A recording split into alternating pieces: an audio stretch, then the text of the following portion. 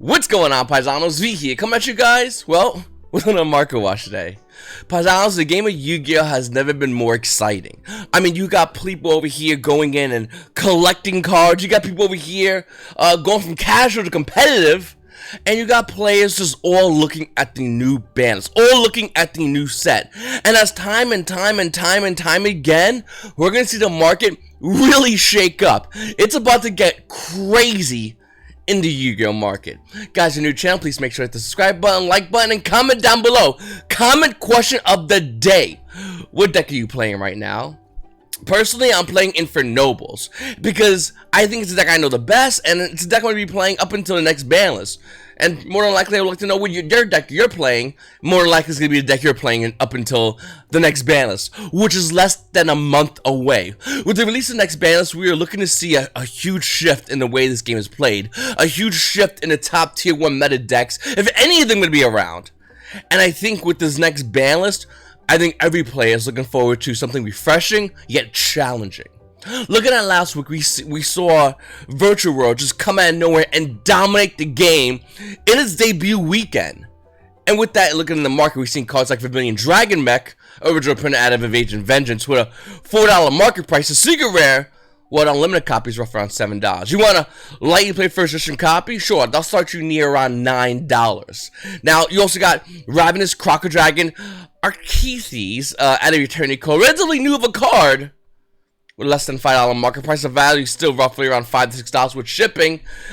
This card was really cheap and still going up higher and higher in value. You also have, of course, Coral Dragon, original print out of Dark Illusion, secret rare, $6 market price, almost $7. The market price showing to be, well, this card's actually at $10. Now, yes, there's another version of Coral Dragon if we want to get the lower rarity. No big deal, $1. And yes, looking at Vermilion Dragon Mech, it's like 7 cents.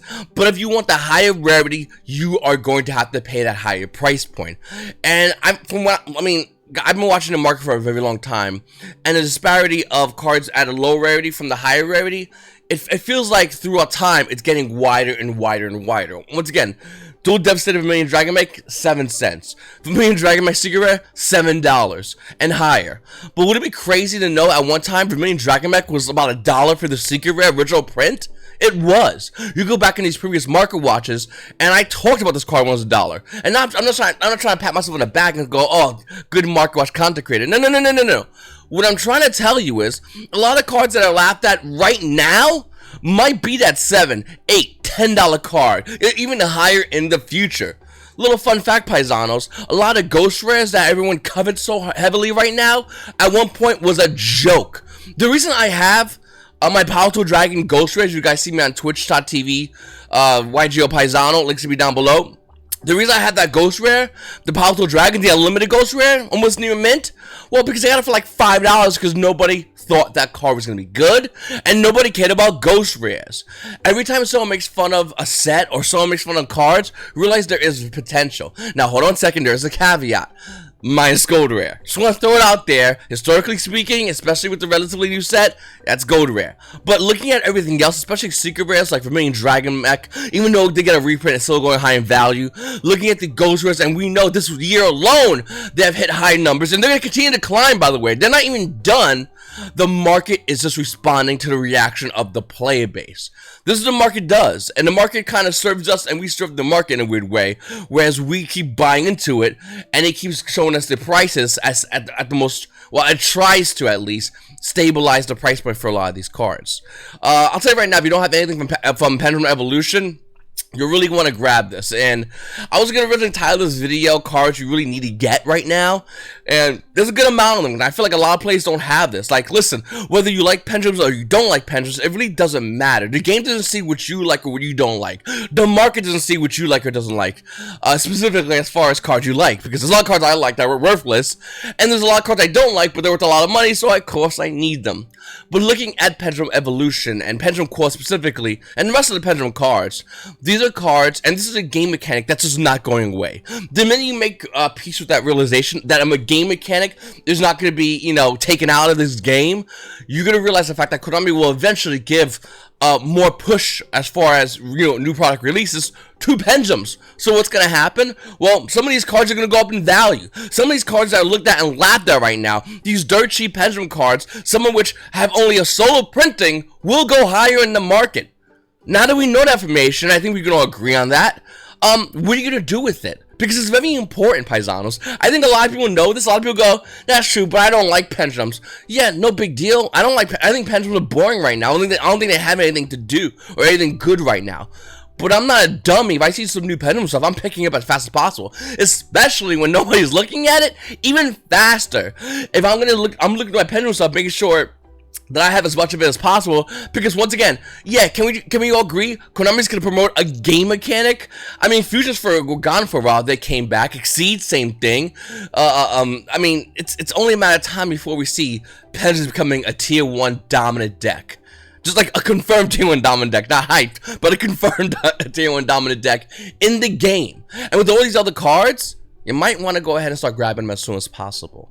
Then we have Lightning Storm. So I don't know why Lightning Vortex is there, by the way. Anyway, then we have Lightning Storm. And I always say, listen, there's cards you need, and there's cards that, well, if you can get, sure.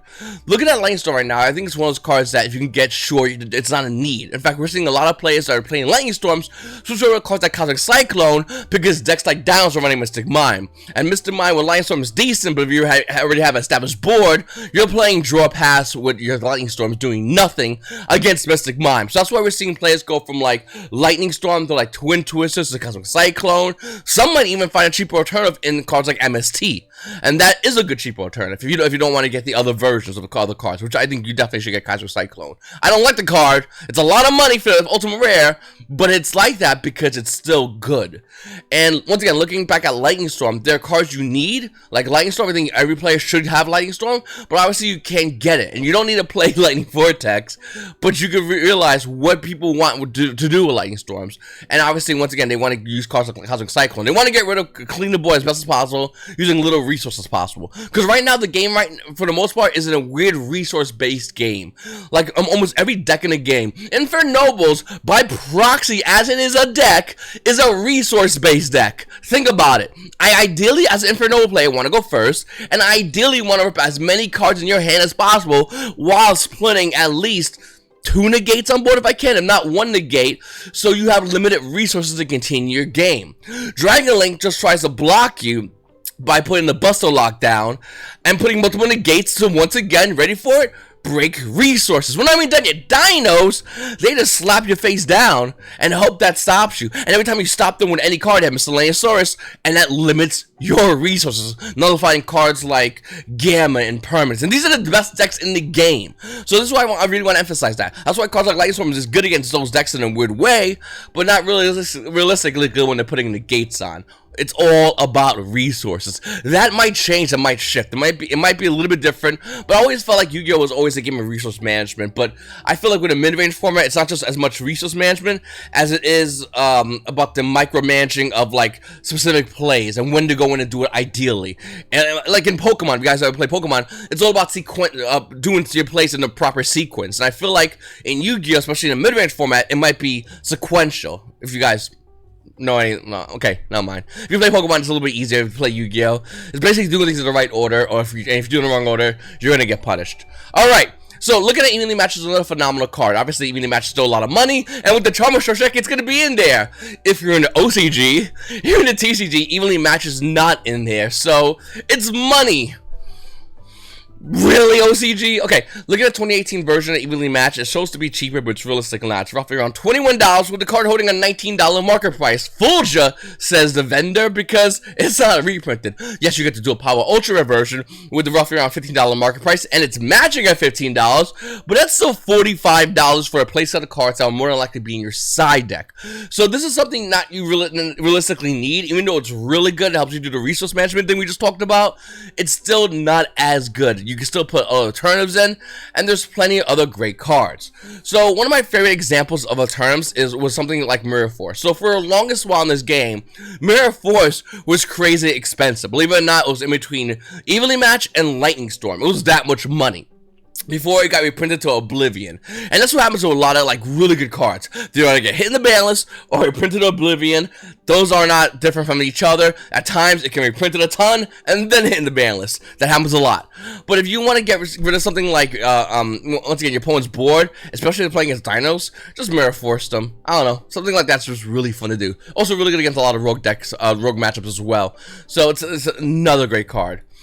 Going back to Pendulums for a quick second, I just want to say, even though Heavy Metalfoes Electrolyte is banned, it's still a great card. I think everybody should own at least one copy of this card. There's a couple of another printing of this card, but if you want the original print with $9 market price, it's roughly around $11. It had a little hype, and now it's coming back down. I really do think that everybody needs to go ahead and grab a copy of this. If you want to get a cheaper copy, you can still get the 2018 Megatins. That's going to run you roughly around $7. Not bad, to be honest with you. Yes, it's a banned card. And maybe I'll do a market watch in the future talking about only banned cards. I think that's something that a lot of people need to hear. What banned cards you could buy, what banned cards like you shouldn't buy. Like some going, people in my Discord always going, and by the way, join Discord, hop in and I mean, it's market watch 24/7, but it's links to me in the description.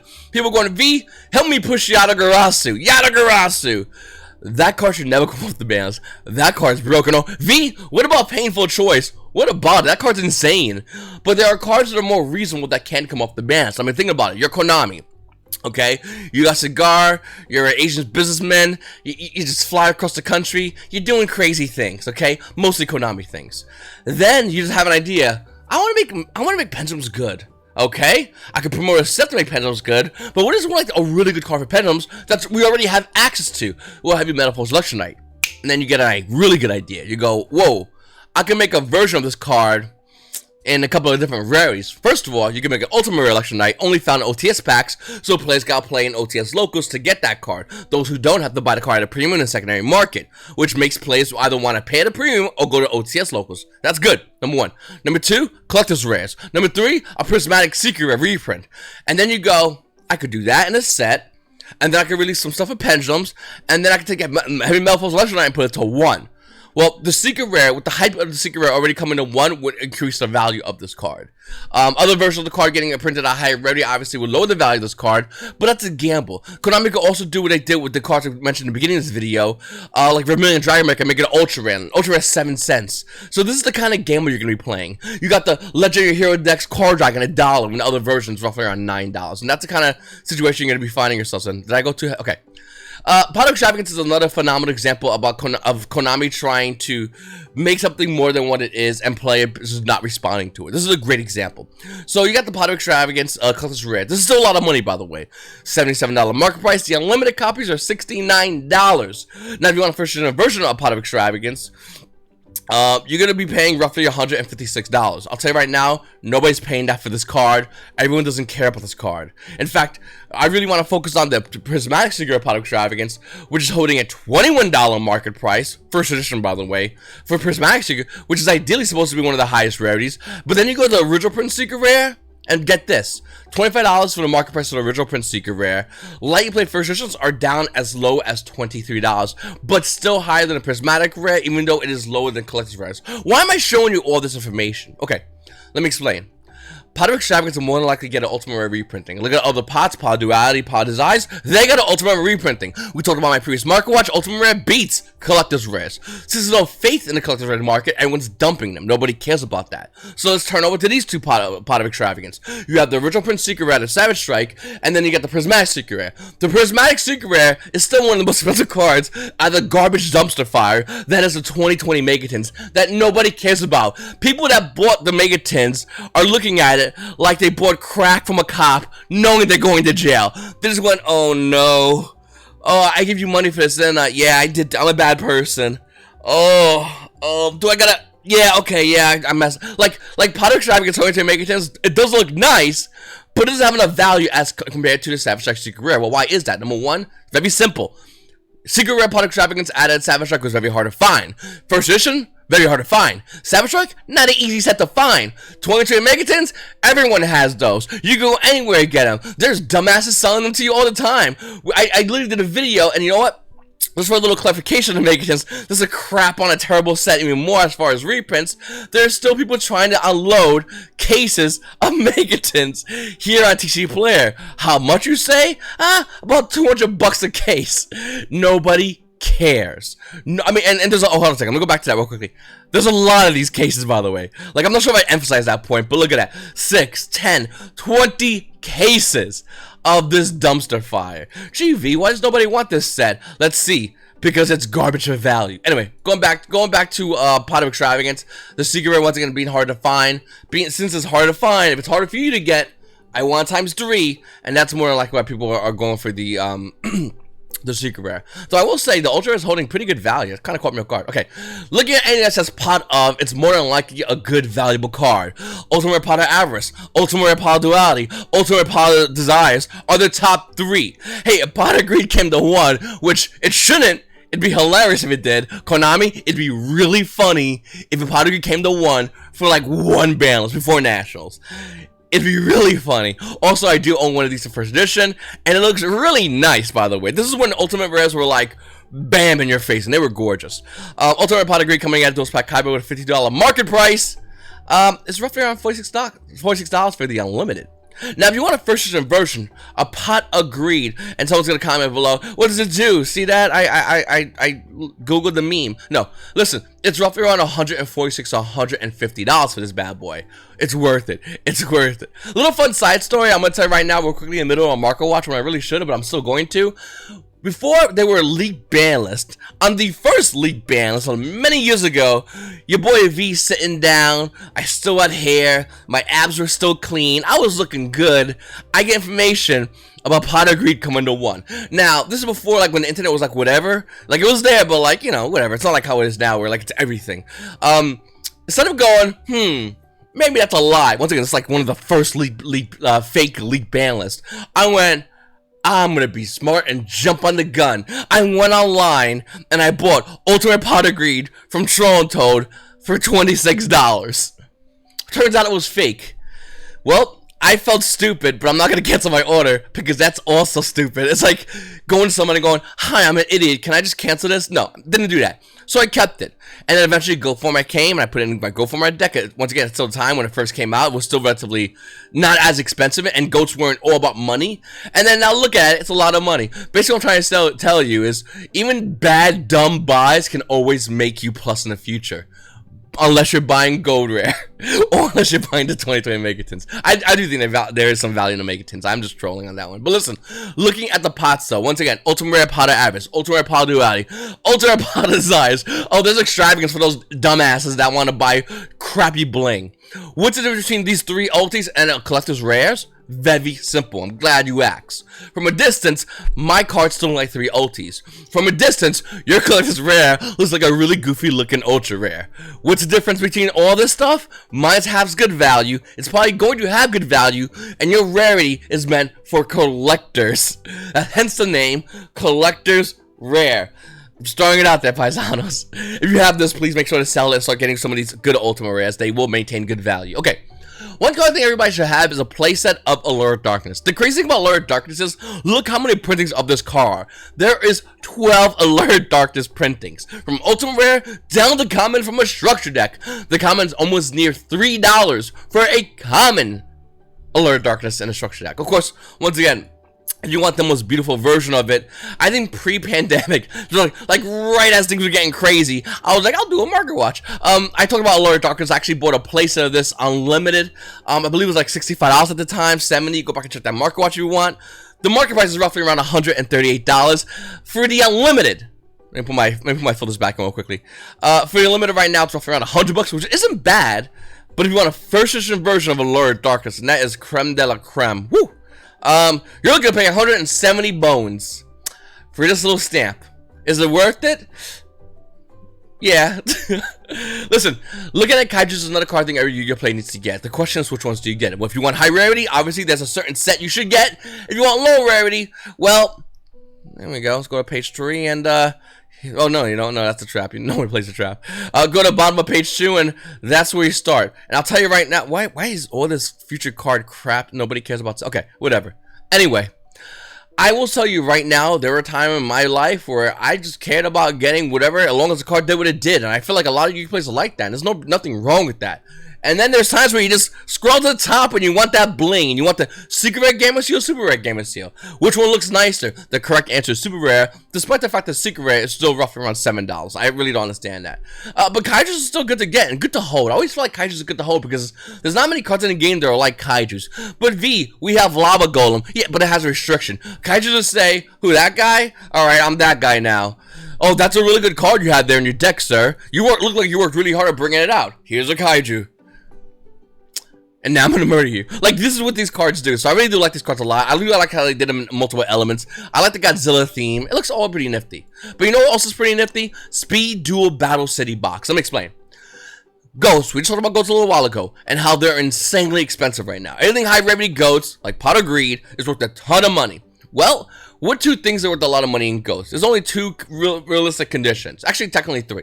First condition, if the card came original print first edition, that's good for Goats. That's high rarity Goats. Go players love that stuff. They go Google Gaga over that, okay? Number one. Number two, if it's in a really hard set to get that almost nobody bought, but it was available, but just not a lot. Retropack 1's a great example. Retropack 2, so on and so forth. 3, if it's high rarity. In Speed Duel Battle City box, there's a lot of high rarity GOAT cards in here. And I don't know if Konami did this on purpose. Going, yeah, if you want to buy some secret rare anti-parsist, I'm going to check out my Speed Duel Battle City box. I really don't know. But what I do know is this is coming out about next month, and this is something that I think every Yu-Gi-Oh player should get that everyone's gonna probably ignore. I think speed duels are huge, and not huge for the reason of speed duels by themselves, because Konami's really not doing much upside for a couple of little side events here and there, and you get a coin. Oh, wow, thank you, Konami. No, I don't think it's because of that. I think Speed Duel Battle City box is really good because it has a lot of cards that are gonna be good for the future of the game. Once again, Go players are gonna want to play if they want high rarity. Speed Duel Battle City box. There's other versions of the cards, but they're in here. The Speed Duel Tournament Pack 1s have Blue Sky Dragon, a card in which was like $35 is now roughly around $300. The span of the card going from that much to that much is almost unheard of in any card game. But in Yu-Gi-Oh, we have it in the form of Speed Duel Tournament Pack 1 cards. Look, once again, going back to Speed Duel Battle City box, don't forget this, don't ignore this. There's definitely, at the least, going to be singles you're going to want to grab in this. Traditionally, the Dragon Icy Imprisonment has two listings. One of them, a secret rare in the Battle's Legends Armageddon. Another one, ultra rare in the Shonen Jump Magazine promo, which is a little bit harder to find. That's why the card's roughly around $3. Whereas the secret is roughly around $1. I'm just throwing it out there right now. If you don't have it, get this card. It's a really good card. Really great effect. I'm not going to read it for you. This video's going long enough. But it's definitely something you're going to want to grab a place of. I'm just throwing it out there right now. I don't know why nobody has this card. You need 3 of this card as soon as possible. Next, Plunder Patrol. Plunder Patrol is a really good deck core. I still don't know how to play this deck. I have zero idea. But I always feel like whenever I see a deck core and I go, Secret is $1, Secret's $1, Secret is less than $1. These are all 3 less than $1 for these 3 secret rares. The only print things, 2 at initial assault, 1 at returning code. Yeah, this is a good deck core. It's almost the same thing when looking at other deck cores from sets out of Eternity Code Initial Assault that really didn't get much hype, but are still good. If you get a deck core, it's only print secret rares out of that deck core, and they're like $1 or $2, go get them. This is another thing when on chain as well. It's really, really inexpensive, but the rarities are relatively high and still inexpensive, so I would highly recommend you going and grab those.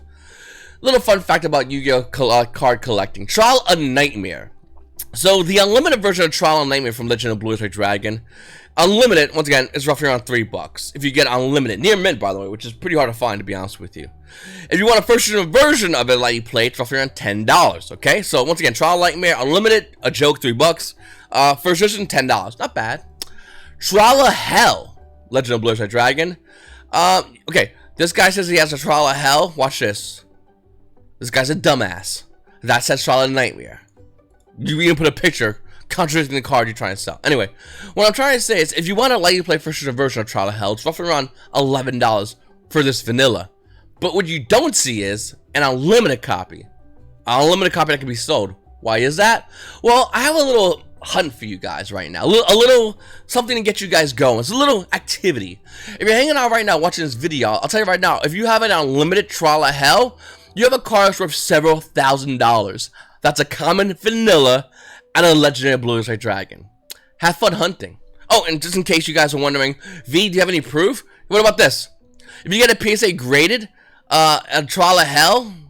Okay, this doesn't really show the grade. Oh, 10. It's roughly around $3,000. Now, once again, Trial of Hell. These are almost like a unicorn in this game, and everyone kind of forgot about that.